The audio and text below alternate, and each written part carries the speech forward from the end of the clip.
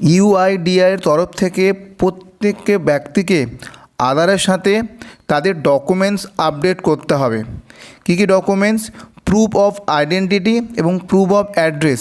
এবং এই সার্ভিসটা কিন্তু 14/6/2027 অবধি ফ্রি থাকবে, ফ্রি অফ কস্টে কিন্তু আপনি করতে পারবেন।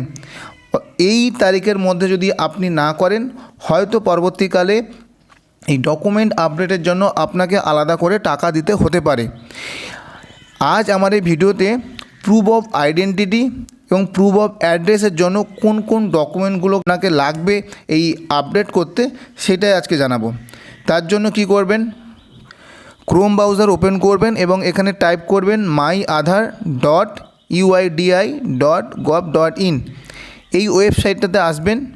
আসার পরে নিচের দিকে স্ক্রল ডাউন করে, লগ ইন করার দরকার নেই, স্ক্রল ডাউন করবেন। এখানে একটা অপশন দেখতে পাচ্ছেন ডকুমেন্ট আপডেট বলে, এবং এখানে last date free of cost 14/6/2027, এই অপশানটিতে ক্লিক করবেন।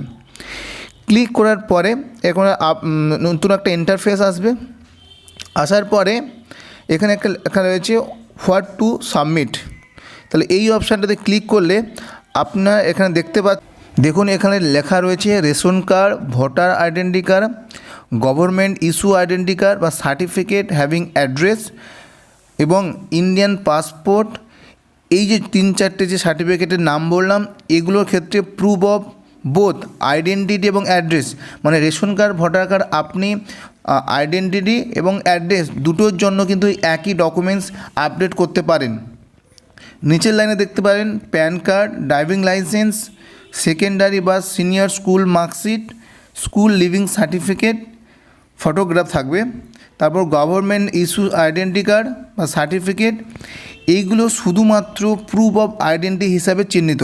মানে যদি আপনি একটা প্যান কার্ড দেন, তাহলে প্যান কার্ডটা শুধুমাত্র আপনার প্রুফ অফ আইডেন্টি হিসাবে পরিচিত, প্রুফ অফ অ্যাড্রেস হিসাবে পরিচিত হবে না। নিচের দিকে একটা লেখা রয়েছে, দেখতে পাবেন electric, water, gas bill last 3 মান্থের, ব্যাংক বা পোস্ট অফিসের পাসবুক, রেন্ট বা লাইসেন্স, এইগুলো শুধুমাত্র প্রুফ অফ অ্যাড্রেস অনলি।